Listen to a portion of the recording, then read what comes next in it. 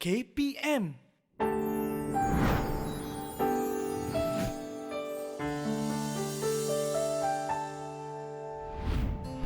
Assalamualaikum warahmatullahi wabarakatuh dan salam sejahtera.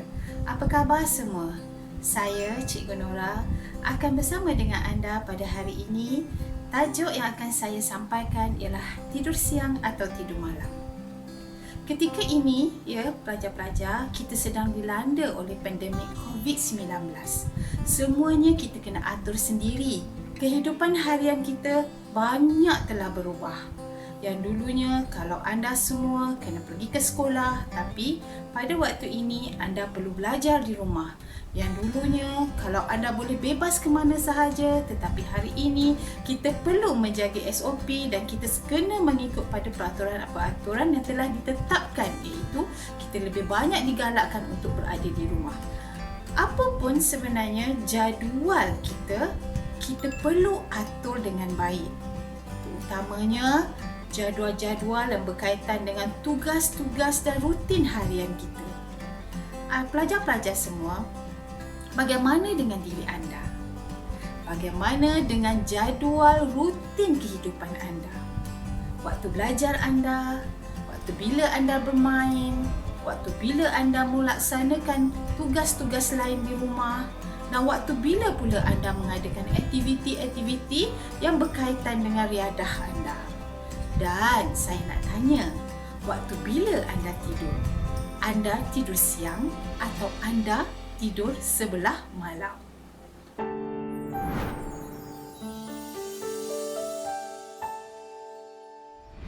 Kerap kali kita dengar sekarang ini ibu bapa mengatakan bahawa anak-anak mereka telah berubah waktu tidurnya.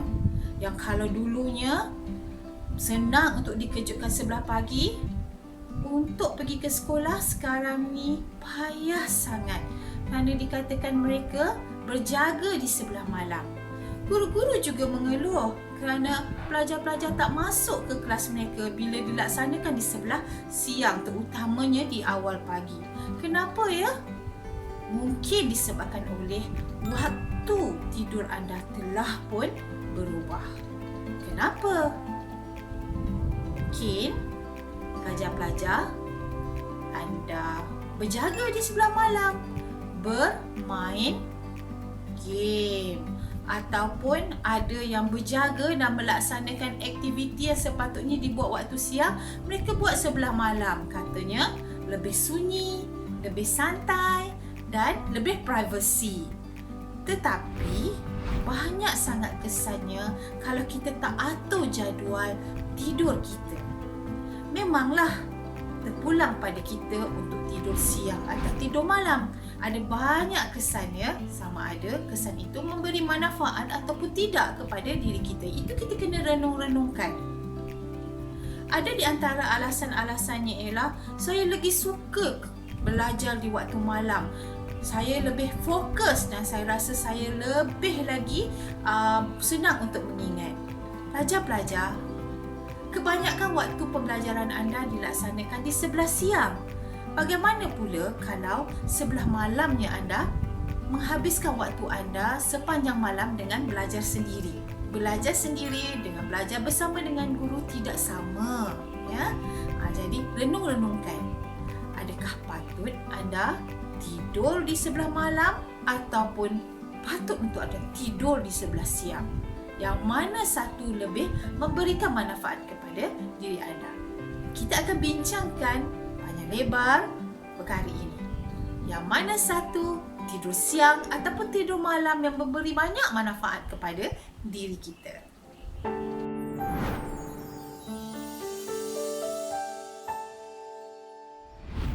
Memilih untuk tidur siang ataupun tidur malam adalah hak kita. Dan selalunya apa yang kita pilih adalah yang kita rasakan terbaik untuk diri kita. Tidak ada salahnya sebenarnya kalau kita nak tidur siang ataupun tidur malam. Tetapi kita kena ingat, pelajar-pelajar, bahawa ada banyak benda yang kita boleh lakukan di siang hari. Allah jadikan malam itu gelap, dan bila gelap adalah sangat sesuai untuk kita tidur. dan Allah jadikan siang itu terang dengan cahaya matahari dan kita boleh laksanakan apa sahaja aktiviti yang boleh mendatangkan kebaikan untuk diri kita di sebelah siang hari. Sekiranya anda memilih untuk berjaga sepanjang malam, sama ada untuk belajar sehingga ke pagi, ataupun masa sekarang ini ada pelajar-pelajar yang bermain game untuk mereka memenuhi masa lapang mereka. Bila dah main game tak sedar bahawa hari dah larut malam dan sehinggalah ke pagi, tahu-tahu dah dengar bunyi azan. Dan apa berlaku kepada anda? Jam 7 dah mula mengantuk. Bila mengantuk, apa yang anda buat? Sudah semestinya anda akan tidur dan tidur itu dalam tempoh yang panjang. Apa berlaku kepada waktu siang anda? Pada waktu siang, guru-guru akan melaksanakan PDPR seawal pagi. Saya lihat anak saya pukul 7.30 dah start kelas mereka. Sekiranya anda tidak mengambil berat tentang perkara ini, sudah pasti anda tertinggal PDPR yang dilaksanakan. Sebenarnya banyak keburukan yang boleh kita dapat kalau kita tidak menyusun jadual tidur kita dengan baik. Seperti mana yang saya katakan tadi, kalau di waktu siang anda tidur, tidak ada salahnya. Tetapi jangka masa tidur itu tidaklah selama anda tidur di malam hari. Kita tidur hanya antara 10 ke 30 minit di siang hari untuk melepaskan lelah ketika kita dah pun laksanakan kerja di siang hari tersebut. Jadi, kalau misalnya anda tidak tidur sebelah malam, anda akan memperuntukkan sebelah siang itu untuk memenuhi keperluan tidur anda yang tidak cukup. Didik TV KPM.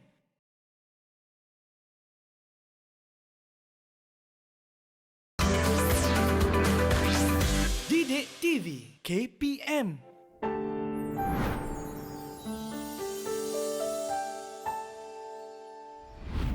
Tidak salah sebenarnya untuk anda memilih tidur siang ataupun tidur malam, tetapi seperti mana yang saya berkatakan tadi, kita kena lihat kepada manfaatnya. Tidur siang membantu untuk kita cergas seketika. Ada kalanya di sebelah siangnya kita melaksanakan banyak aktiviti, belajar dalam tempoh yang panjang. Contohnya ketika waktu sekarang, ketika kamu belajar di rumah, mungkin anda dah berhadapan dengan PC ataupun laptop melaksanakan PDPR dari jam 7.30 sampai jam 2 petang. Jadi lepas tu anda rasa letih sangat. Boleh untuk anda tidur, tetapi tidur di waktu siang antara 10 hingga ke 30 minit sahaja. Ataupun 10 hingga ke 20 minit sahaja. Bukannya sepanjang siang itu anda tidur seolah-olah anda sedang menggantikan waktu tidur malam anda yang tidak cukup. Sebab cuba anda fikirkan, ada kalanya kita tertidur dalam waktu yang panjang, waktu siang, dan kita bangun dalam keadaan sebenarnya bukannya kita segar, tetapi kita bangun dalam keadaan yang lesu. Mungkin kadang-kadang kita rasa sakit kepala. Itu adalah antara yang tidak baiknya kalau kita tidur terlalu lama pada waktu siang. Kalau kita tidur sekadar untuk mengekalkan kembali kecergasan kita, itu memang digalakkan. Dan apabila kita tidur di sebelah siang dalam tempoh yang panjang, sebelah malamnya kita akan tidur dalam keadaan yang lewat malam. Oleh itu, renung-renungkanlah satu kebaikannya bila kita tidur di sebelah malam ialah sel melatonin akan dihasilkan. Sel ini dihasilkan ketika waktunya gelap.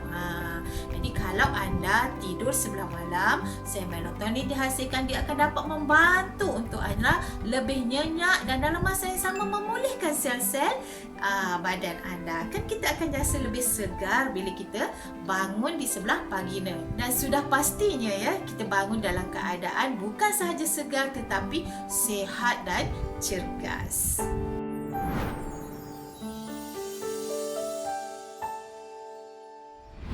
Tidur yang cukup sangat membantu untuk kita cergas setiap hari. Anda sebagai seorang pelajar sangat perlu kecergasan.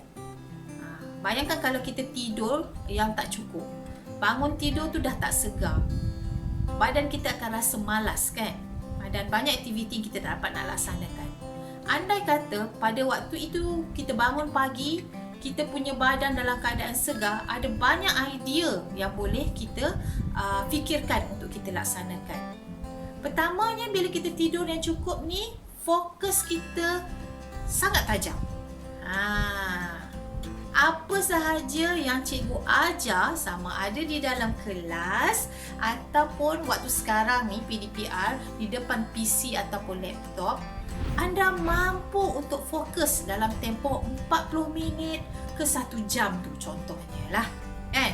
Kadang-kadang ada juga kelas yang dilaksanakan 7.30 sampai pukul 2. Jadi anda sentiasa cergas, boleh fokus pada apa yang cikgu ajar. Bukan sahaja fokus, anda mampu mempunyai otak yang cergas. Bila otak kita cergas, daya ingatan kita cergas. Daya ingatan kita kuat. Ya? Daya ingatan jangka pendek dan daya ingatan jangka panjang kita menjadi baik. Ya? Tidaklah anda muda-muda lagi dah pelupa. Puas nak ingat kat mana ni. Tapi kalau kita mempunyai tidur yang cukup, ya, fokus kita sangat bagus, daya ingatan kita sangat kuat, sudah pastinya ya, bila kita nak menjawab soalan peperiksaan contohnya, ya, tidaklah sukar bagi kita. Yang ketiganya ialah fizikal menjadi cergas, tubuh badan menjadi sihat, bertenaga. Ya. Bila kita bertenaga, banyak aktiviti harian dapat kita laksanakan. Bukan sahaja ketika kita nak belajar, kita dapat bantu ibu dan ayah. Dalam masa yang sama kita dapat melaksanakan aktiviti-aktiviti riadah. Contohnya kita nak berjoging, ataupun kita nak main bola, ataupun kita nak main badminton. Kalau kita tak cergas, saya rasa anda akan menghabiskan masa anda dengan berbaring untuk tidur. Sebab badan kita lesu kan. Jadi bila kita tidur dalam keadaan yang cukup, fizikal kita menjadi cergas dan kita dapat laksanakan aktiviti-aktiviti seharian kita. Seterusnya ialah imunisasi badan kita menjadi kuat. Ketika dalam pandemik COVID-19 ini, ya, kita sangat takut dengan jangkitan yang akan berlaku pada diri kita. Bila tidur kita cukup, ya, imunisasi badan menjadi meningkat. Jadi kita akan terhindar daripada jangkitan-jangkitan penyakit tu dengan mudah. Jadi ingat ya pelajar-pelajar semua, banyak manfaat yang boleh anda perolehi apabila anda tidur dengan cukup. Renung-renungkan, ya. Ingat-ingat. Cuba kira, cukup tak tidur aku ni? Ataupun fikir-fikirkan, pagi tadi aku bangun tu dalam keadaan yang cergas ke macam mana? Kalau tidak cergas, ubah diri anda. Pastikan tidur anda cukup supaya anda mendapat manfaat seperti mana yang telah saya terangkan tadi. Didik TV KPM.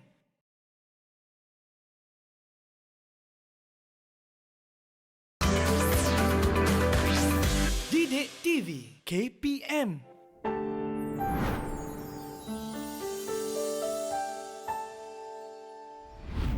Keburukan sekiranya anda tidak mempunyai tidur yang cukup ialah sistem imunisasi badan anda menjadi lemah. Pelbagai penyakit boleh datang kepada diri kita. Terutamanya ya, kita perlu jaga sekarang ni. COVID-19 ini sangat bahaya. Jika imunisasi badan kita tak kuat, kita mudah untuk dijangkiti. Bukan itu sahaja, bila imunisasi badan kita terganggu ataupun lemah, kita mudah untuk mendapat penyakit-penyakit kronik seperti sakit jantung, darah tinggi, kencing manis. Ya. Walaupun anda sekarang ni masih muda, mungkin tak berlaku sakit jantung tersebut. Tetapi tabiat tidur anda yang tidak teratur ini, sekiranya ia menjadi satu tabiat yang kekal, maka ia akan terbawa-bawa sehingga usia lanjut anda. Seterusnya ialah anda juga akan terdorong untuk bertingkah laku yang kurang baik sekiranya anda tidak tidur yang cukup. Bayangkan di sebelah malam bila anda berada dalam suasana yang sunyi, orang lain semua tidur tapi anda masih berjaga, perut anda akan rasa lapar, lapar di tengah malam dan makan pula di tengah malam. Apa yang berlaku? Obesiti, berat badan menjadi bertambah sebab makan di tengah malam. Anda tidak pula lah aktif untuk bergerak. Bila tak aktif bergerak, tidak ada berlakunya pembakaran tenaga dalam badan kita. Orang yang tidak cukup tidur mudah untuk menjadi pelupa. Walaupun anda masih muda, anda memerlukan daya ingatan yang kuat untuk anda belajar. Jika kita tidur yang tidak cukup, menyebabkan ingatan jangka panjang kita terganggu dan juga ingatan jangka pendek kita turut terganggu. Apa akan berlaku kepada diri anda? Baru 5 minit cikgu ajar, kamu dah tak ingat. Sebab apa? Tak fokus. Okey, seterusnya, kalau tak cukup tidur, dia mengganggu juga anda punya fisio badan yang lain, seperti sebelah malamnya anda akan kerap untuk pergi buang air. Dalam masa yang sama, keburukan yang berlaku pada diri anda ialah anda tidak akan cergas, anda lemah, anda rasa tidak bermaya, badan rasa cepat sakit dan otot-otot badan menjadi lemah. Ini tidak bantu diri anda untuk bercergas dan melaksanakan aktiviti harian anda.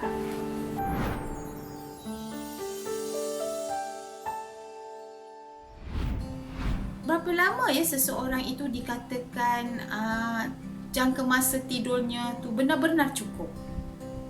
Sebenarnya pelajar-pelajar, tidak ada satulah yang mengatakan bahawa secara tepatnya berapa lama untuk jangka masa kita ini dikatakan mempunyai tidur yang cukup. Dalam kajian yang pernah saya baca, mereka mengatakan faktor usia, faktor berat badan, faktor kecergasan seseorang dalam melaksanakan aktiviti harian dia menyumbang kepada jangka masa tidur yang diperlukan. Dikatakan bahawa jika anda seorang remaja, tidur yang diperlukan antara 7 ke 9 jam. Oleh itu, kita perlulah peka dengan perkara ini. Untuk mendapatkan tidur dalam jumlah yang cukup itu, antara 7 ke 9 jam itu, cuba anda kira. Selalunya dalam tidur pukul berapa yang membolehkan untuk anda mendapatkan jumlah tidur tersebut? Pukul 10 malam mungkin adalah waktu yang terbaik, dan bangunnya mungkin seawal 6 pagi. Sudah membuatkan anda rasa lebih cergas untuk melaksanakan tugas harian. Bagi orang Islam, pukul 6 pagi tu adalah memang sangat sesuai lah, sebab kita nak laksanakan solat subuh. Jangka masa antara 7 ke 9 jam itu adalah yang terbaik untuk anda sebagai seorang remaja. Jangan tidur terlampau lama, kerana kalau terlampau lama juga kita tidur, banyak mudarat terhadap kesihatan kita.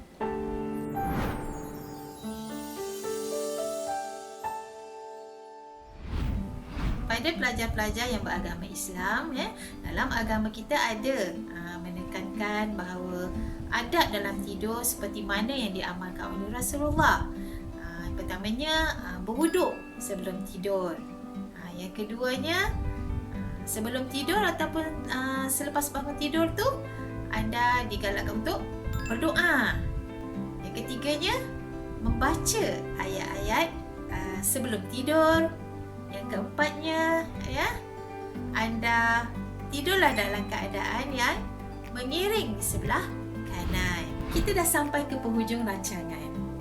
Pelajar-pelajar, aturlah jadual tidur anda dengan baik dan saya pasti anda akan dapat menikmati kehidupan harian anda dengan baik sekali.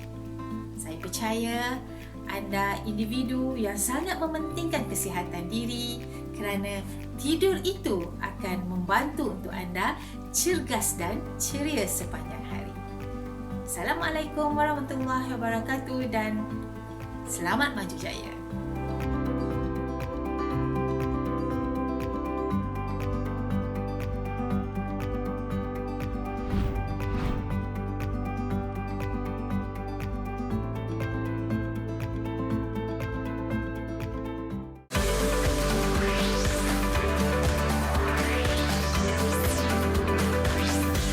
Didik TV KPM